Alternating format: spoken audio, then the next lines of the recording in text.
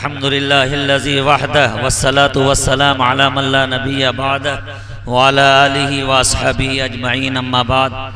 अऊज़ु बिल्लाहि मिनश शैतानिर रजीम। बिस्मिल्लाहिर रहमानिर रहीम। वज़क्किर फ़इन्न ज़िक्रा तनफ़उल मुमिनीन। व क़ाल रसूलुल्लाहि सल्लल्लाहु अलैहि वसल्लम कुन आलिमन औ मुतअल्लिमन औ मुस्तमिअन औ मुहिब्बन फला तकुन अल खामिसा फतुहलिक औ कमा क़ाल अलैहिस्सलातु वस्सलाम। हज़रात मोहतरम, बुज़ुर्गान दीन,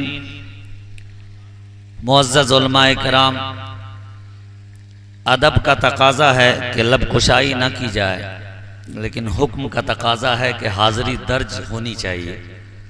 बस इसी एहसास के तहत मैं यहाँ आ गया हूँ। बातें बहुत सारी हो चुकी हैं, जाहिर है बाद नमाज मगरिब अभी तक बहुत सारे हजरात की गुफ्तगू हुई है और मैं तो कोई मौका छोड़ता भी नहीं। मुझे जहाँ भी मौका मिल जाता है 2-4-5 मिनट का, चाहे वो निकाह की मजलिस ही क्यों ना हो, मैं बदनाम भी हूँ, मैं मौका हाथ से जाने भी नहीं देता। मेरी पूरी कोशिश होती है कि मैं कुछ न कुछ गुफ्तगू हर जगह करता रहूँ और इसी आयत को जहन में रख करके कि वज़क्किर फ़इन्न ज़िक्रा तनफ़उल मुमिनीन। मैं शुक्रगुजार हूँ, पूरी आबादी की तरफ से शुक्रिया अदा करता हूँ। और शुक्रिया अदा करने से पहले मेरी एक ज़िम्मेदारी और भी बढ़ जाती है कि मैं हज़रत वाला का वालेहाना इस्तक़बाल भी, गर्चे ये आखिरी वक्त में मैं कर रहा हूँ, मेरी बदनसीबी और बदकिस्मती है। मैं एक तकाज़े के तहत देर से आना हुआ, मेरा हज़रत का पुरतपाक इस्तक़बाल होना चाहिए था। ज़ाहिर है हुआ होगा मेरे गायबाने में, लेकिन मेरी बदनसीबी रही, मैं नहीं हाजिर हो सका। और आखिर में इस एहसास के साथ हज़रत का शुक्रिया अदा करूँगा कि ये जो आबादी है, इस आबादी में एक तारीख़ी हैसियत रही है। इस आबादी की हमेशा बुज़ुर्गों का आना जाना, उलमाए किराम की आमदोरफ्त होती रही है। अब जाहिर है कि हमारे बड़े कब्रों में जा चुके हैं।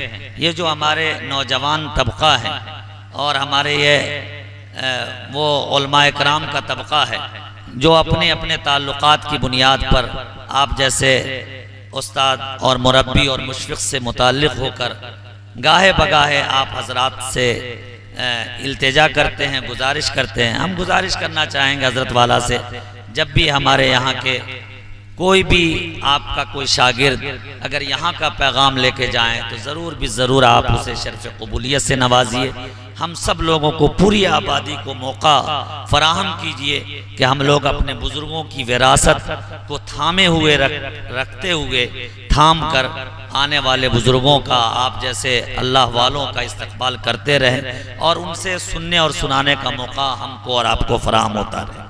मेरे बुज़ुर्गों, बेहद ममनून और मशकूर हैं हज़रत उस्ताद गिरामी का, जिन्होंने पुरमग़्ज़ खिताब से महजूज़ होने का मौका इनायत फरमाया। तालीम की अहमियत, तरबियत की इफ़ादियत और माशरे पर तालीम के क्या असरात और इल्म के क्या असरात मुरत्तब होते हैं, इन तमाम मौज़ूआत पर सैर हासिल, बहस और अच्छी गुफ्तगू सुनने का मौका मिला है। बस हाज़िरी दर्ज कराते हुए मुझे सिर्फ ये अर्ज करना है कि अभी जो वक्त है आलमी पैमाने पर, ये वक्त मैं बार बार कहा करता हूँ, कह रहा हूँ और आइंदा भी कहता रहूँगा, ये मेरी ज़बान नहीं है, हमारे अकाबिरीन की ज़बान है। और अकाबिरीन बार बार ये फरमा रहे हैं कि ये जो आने वाला जो वक्त है, ये वक्त है इदारों से जुड़ने का। ये जो वक्त है आ रहा है, ये वक्त है ईमान की हिफाजत के खातिर बुजुर्गान दीन से मुताल्लिक़ होने का, अपने ईमान की हिफाजत के खातिर अपने आप को इदारों से जोड़ना, बुजुर्गों से ताल्लुक़ कायम रखना और अपने इदारों की हिफाजत करना। ये तीन निहायत ज़रूरी चीज़ें हैं जिसकी बुनियाद पर हम भी बचेंगे, हमारी नस्लें भी बचेंगी। यूँ तो हमारी इस आबादी में और क़ुर्ब जवार में बहुत सारे छोटे बड़े इदारे हैं मौजूद, अल्हम्दुलिल्लाह। हमारे बुजुर्गान दीन, हमारे पूर्वजों ने हम सबको सींच कर और सवार कर हमारे हाथों में दिया है। अब हमारी जिम्मेदारी है, आपकी जिम्मेदारी है कि उसकी हम हिफाजत करना सीख लें। हर गांव में, हर मोहल्ले में, हर कस्बे में, हर मस्जिद के तहत, हर छोटे छोटे मोहल्ले में अल्हम्दुलिल्लाह मकातिब का निज़ाम चल रहा है। छोटे बड़े कई निज़ामिया इदारे हैं, कई आलिया इदारे हैं, कई असरी उलूम के स्कूल भी चल रहे हैं। इतनी सारी गुफ्तगू मगरिब बाद से हो रही है और आइंदा भी होती रहेगी। हमारी और आपकी क्या जिम्मेदारी है? इन इदारों के ताल्लुक से क्या आने वाला दिन हमको और आपको अंदाजा हो रहा है कि इन इदारों की हिफाजत हम यूं ही गुफ्तगू करते हुए कर लेंगे, फजीलतों को बयान करते हुए और सुन करके जा करके अपने घरों में बैठकर अपने इन विरासतों की हिफाजत कर लेंगे? नहीं मेरे बुजुर्गों, हिंदुस्तान का एक रुख ये भी बतला रहा है कि बुलडोजर आता है और किसी दीवार को गिरा के चला जाता है। अपनी निजी जमीन पर बनाई हुई इमारत और बनाया हुआ इदारा हमारे नजरों के सामने तहस नहस कर दिया जाता है।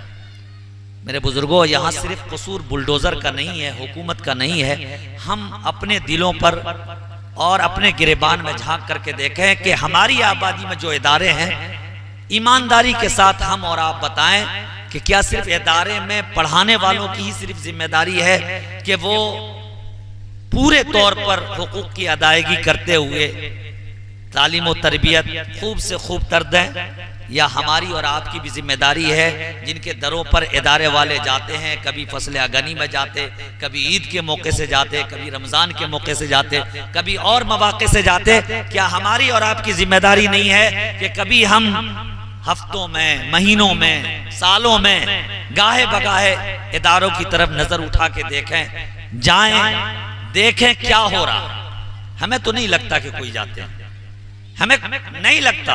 सालों साल गुजर जाते हैं, कोई इदारे की तरफ नजर उठा के नहीं देखता।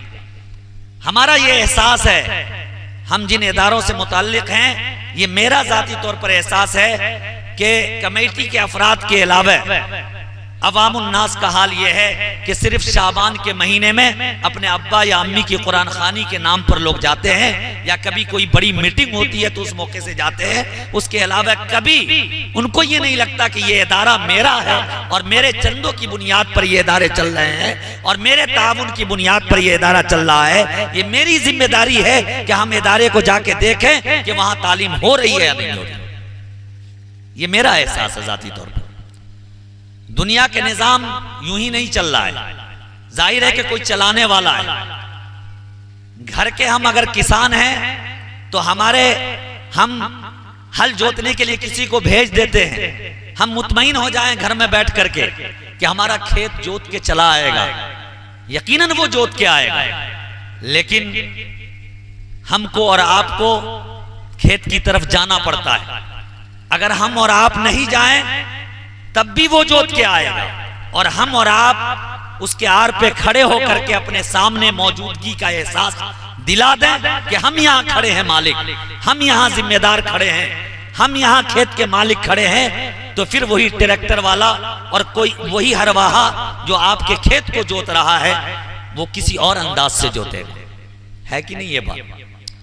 आज मेरे बुजुर्गों सिर्फ बातें हो रही है कि यहां तालीम नहीं, वहां तालीम नहीं, इस मकतब में निजाम नहीं, उस स्कूल में अच्छी तालीम नहीं हो रही है। तालीमी बेदारी के उन्वान से यह इजलास मुनाकिद किया जा रहा है। क्या यह इस बात का पैगाम नहीं देता कि हम में से हर कोई दानिश्वर तबका, पढ़ा लिखा तबका, नौजवान तबका अपनी इस जिम्मेदारी को अदा करने के लिए पाबंद अहद हो जाए और ये वादा करे कि ये इदारा मेरा है, ये मकतब चल रहा है तो मेरा है। हर घर की औरत जो मकतब जा सकती हो, हर बहन जो मकतब के दरवाजे तक जा सकती हो, दरवाजे पे दस्तक दे सकती हो, अपनी हाजिरी दर्ज कराए ताकि वहां बैठा पढ़ाने वाला कोई मुअल्लिम ये महसूस कर सके कि हमारे ऊपर भी कोई दारोगीर है, हमारे ऊपर भी कोई देखने वाला है, हमारा हिसाब भी कोई लेने वाला है, हमसे भी कोई पूछने वाला है, हमारा भी एहतसाब होना है। हर इदारे के जिम्मेदारों को, हर इदारे के मुअल्लिमीन को, मुदर्रिसीन को, हर इदारे के पढ़ाने वाले को ये हर वक्त खतरा लाहिक रहे कि हाँ गांव के अफराद आते हैं, जिम्मेदार आते हैं, फला आते हैं, फला आते हैं।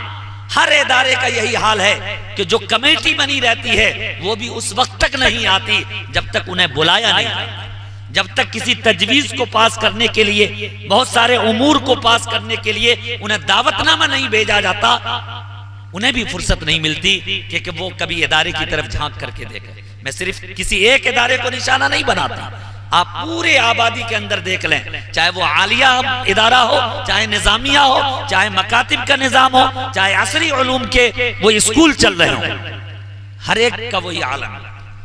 जब मीटिंग बुलाई जाती है स्कूल के तरफ से, गार्जियन मीटिंग, तब जाकर के हमको और आपको फुर्सत मिलती है। जब कोई नोटिस मिलती है तब हम और आप अपने बच्चों के साथ जाते हैं।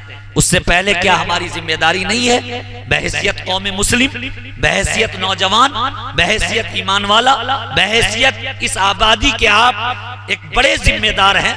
आपकी जिम्मेदारी होती है कि आप उस इदारे के गेट पे जाइए, गेट को खटखटाइए, उस इदारे के जिम्मेदारों को जगाइए और उस इदारे के अंदर पढ़ाने वालों को ये एहसास दिलाइए कि आपको कोई देखने वाला, वो अल्लाह तो हमको और आपको सबको देख रहा है। लेकिन दुनियावी निजाम को काबू में लाने के लिए और तालीमी बेदारी को लाने के लिए ये निहायत जरूरी है। याद रखिए, जब तक किसी काम करने वाले के अंदर ये एहसास नहीं पैदा होगा कि दुनियावी एतबार से भी हमारे काम को और हमारे काम करने के तौर तरीके को कोई देख रहा है और सालाना मेरी रिपोर्ट मांगी जाएगी और सालाना मुझे रिपोर्ट दिया जाएगा, खुदा पाक की कसम उस इदारे में, उस आबादी में कोई तालीमी इनकलाब नहीं आ सकता।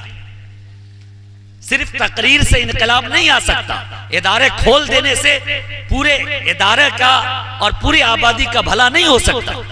इसी तरह एक दूसरी बात मुझे अर्ज ये करनी है कि जो उलमा तबका है, जो पढ़ाने वाले हजरात हैं, चाहे वो स्कूल में पढ़ा रहे हो, मदरसे में पढ़ा रहे हो, उनकी ये जिम्मेदारी है कि आप इस बात के एहसास के साथ आप बच्चों को तालीम दीजिए और तरबियत दीजिए कि आपकी आबादी, आप जिस आबादी में मुंसलिक हैं और जिस आबादी से मुताल्लिक हैं, जिस इदारे से मुताल्लिक हैं, आप अल्लाह का शुक्र अदा कीजिए कि आपको अल्लाह पाक ने एक मौका इनायत फरमाया है कि आप किसी इदारे से मुताल्लिक होकर बच्चों को आप सैराब कर रहे हैं, उसे फैज़याब कर रहे हैं, उसकी तरबियत और तालीम का इंतजाम कर रहे हैं। आप सहलुल हुसूल बनिए, सहलुल हुसूल बनिए आवाम की नजरों में। जिस वक्त एक आमी आदमी को कोई जरूरत पेश आती हो, एक आलिम की जिम्मेदारी यह है, एक मुअल्लिम की जिम्मेदारी यह है कि रास्ता चलते हुए भी अगर किसी प्यासे को प्यास लगती है तो आप उसके प्यास बुझाने का सामान फराहम कीजिए। उसके लिए ज़ाब्ते की जरूरत नहीं है, उसके लिए उसूल और ज़ाब्ते की जरूरत है। अगर आप पूरी कौम के अंदर बेदारी लाना चाहते हैं, तालीमी बेदारी, तो इसके लिए इरादे के साथ, अज़्म के साथ तो काम तो करना ही होगा।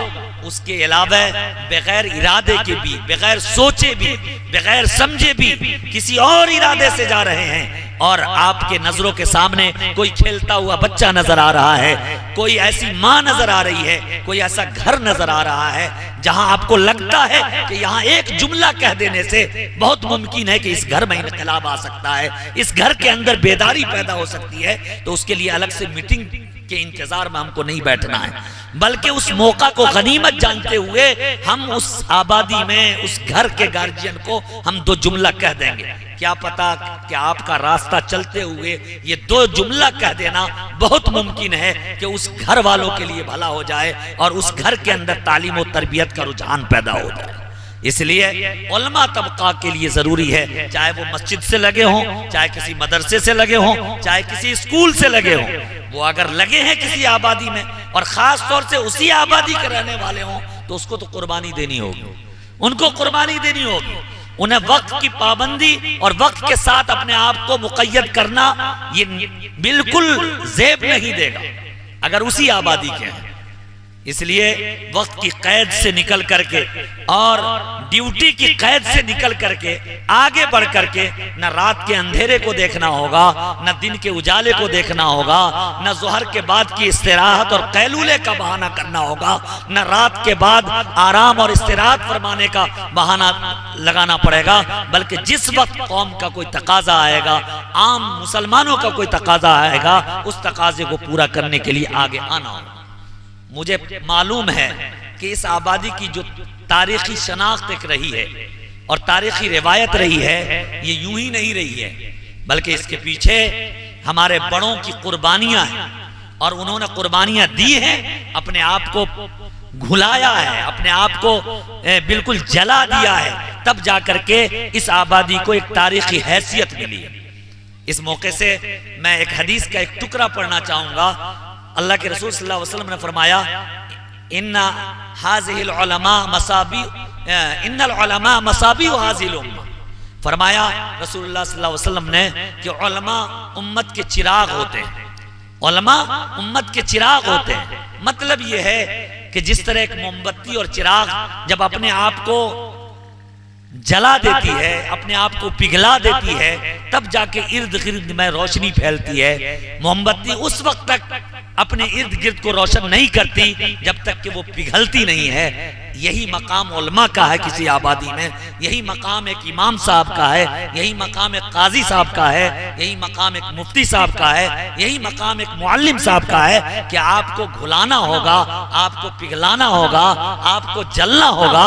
आप जब जलेंगे वक्त की पाबंदी से ऊपर उठ करके कौम के हवाले अपने आप को करेंगे, ज़ाब्ते को दरकिनार रखेंगे और राब्ते के राह को हमवार करेंगे, तो इंशाअल्लाह तालीमी इनकलाब आएगा, तालीमी इनकलाब आएगा, तालीमी बेदारी आएगी। और जब तालीमी बेदारी किसी आबादी में आती है तो मेरे बुजुर्गों दोस्तों, माशरे की इस्लाह खुद ब खुद हो जाती है।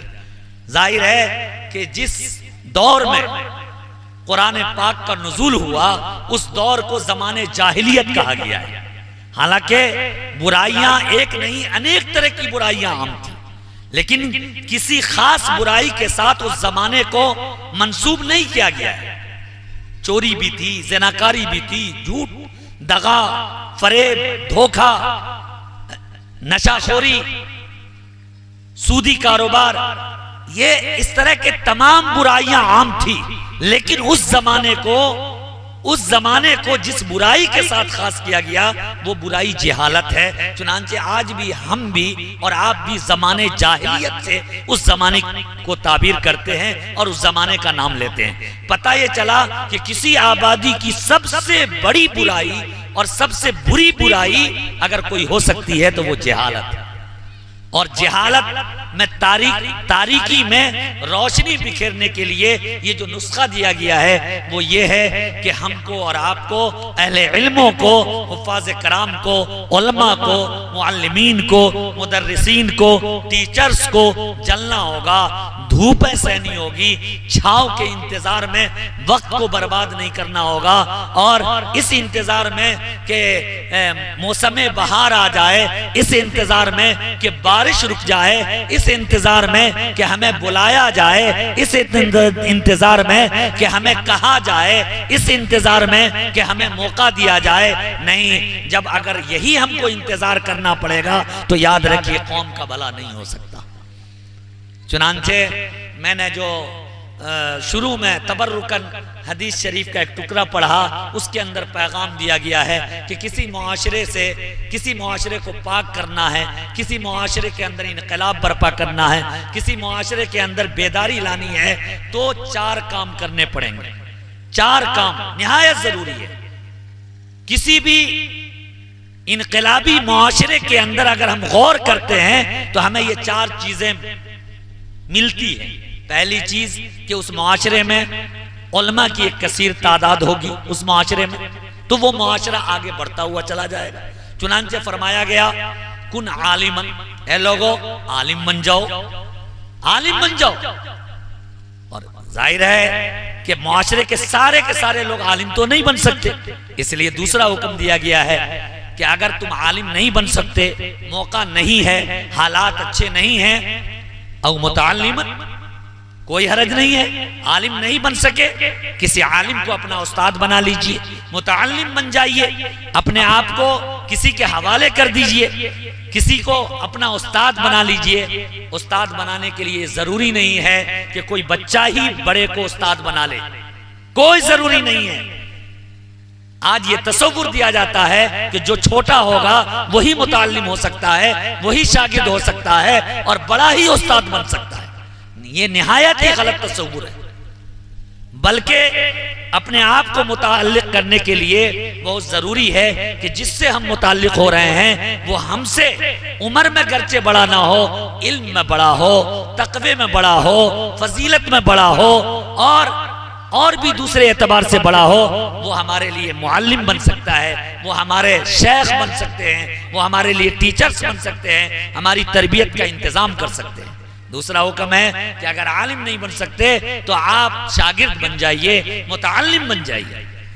और अगर इसके भी मौके ना मिले, अगर ये भी मौका मैसर ना हो, तो फरमाया कि तीसरा दर्जा ये है और वो आखिरी दर्जा है, वो ये क्या वो मुस्तमिअन है। समाज के लोगों, अगर आप अपने घर में कोई आलिम पैदा न कर सके, अपने बच्चों को अगर मुताल्लिम न बना सके, किसी स्कूल और मदरसे के हवाले न कर सके, तो कम से कम अपना मिजाज ऐसा बनाइए, अपने घर की खवातीन का मिजाज ऐसा बनाइए, अपने पूरे समाज के लोगों का और अपने इर्द गिर्द के लोगों का और अपने मातहत में रहने वाले लोगों का इस तरह का ज़हन बनाइए औ मुस्तमिअन, कि जहाँ कहीं भी अहले इल्म की बात हो, जहाँ कहीं भी इल्म की बात हो, जहाँ कहीं भी अल्लाह और अल्लाह के रसूल सल्लल्लाहु अलैहि वसल्लम की बातें हो, तो वहां गौर से सुनने वाला बन जाइए, गौर से कान लगाकर सुनने वाला बन जाइए। आप अगर आलिम बन जाएंगे फबिहा व नेमत, नहीं बन सके आप मुताल्लिम बन जाइए। अगर ये भी मुमकिन ना हो, किसी समाज के अंदर बहुत सारे लोग अगर मुताल्लिम नहीं बन सके, तालिब इल्म नहीं बन सके, तालीम का रुझान नहीं पैदा हो सका, तो आखिरी दर्जा ये है कि वो समाज और समाज के तमाम तबके के लोग अपने आप को आलिमों के हवाले कर दे, उलमा के हवाले कर दे, अहले इल्म के हवाले कर दे, मुअल्लिमीन के हवाले कर दे, कि जब जो पैगाम दिया जाए अल्लाह का और रसूल का, उसको खूब अच्छी तरह सुने, समझे, उसको अपनी जिंदगी में लाए। फरमाया कि ये 3 काम तो करने निहायत जरूरी है। किसी समाज को आगे बढ़ाने के लिए ये 3 काम तो करने ही होंगे। अगर ये 3 काम नहीं कर सकते हैं तो फरमाया रसूलुल्लाह सल्लल्लाहु अलैहि वसल्लम ने कि ए लोगों, चौथा काम तो हरगिज भी ना करना, चौथा काम हरगिज भी करना।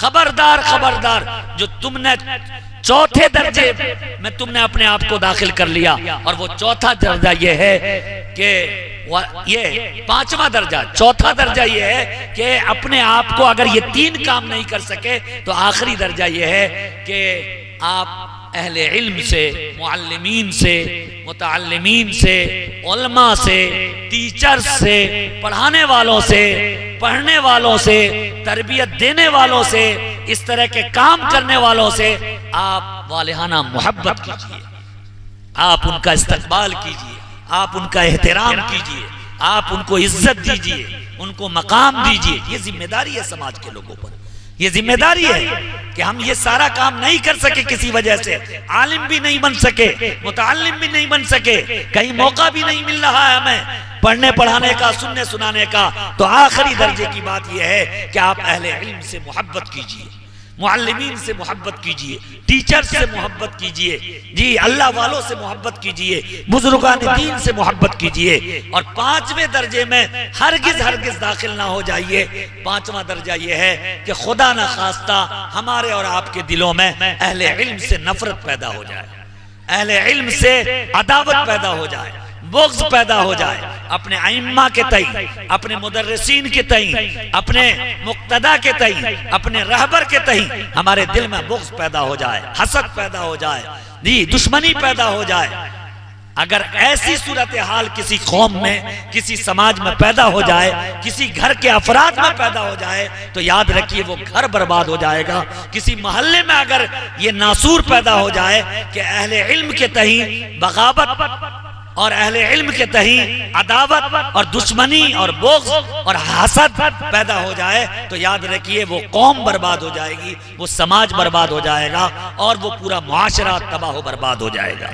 इसलिए यही मेरा पैगाम है कि अहले इल्म से मोहब्बत कीजिए और तालीमी इनकलाब और तालीमी बेदारी के लिए अपने इदारों की हिफाजत कीजिए। इदारे में जाइए, इदारों का हिसाब लीजिए, मुअल्लिमीन से पूछिए, उसके जिम्मेदारों को एहसास दिलाइए, हमको एहसास दिलाइए। जहाँ कहीं भी छोटे बड़े मकातिब की शक्ल में चल रहे हैं, हर हफ्ते उनको पता होना चाहिए कि हर हफ्ते मोहल्ले से कोई ना कोई आते हैं, 10 मिनट आधा घंटा बैठते हैं, मेरे पढ़ने पढ़ाने ज़माने को देखते हैं तो वो इंशाअल्लाह कभी ख़यानत नहीं करेंगे, वक्त की भी पाबंदी करेंगे, आपके बच्चों की सही तरबियत करेंगे।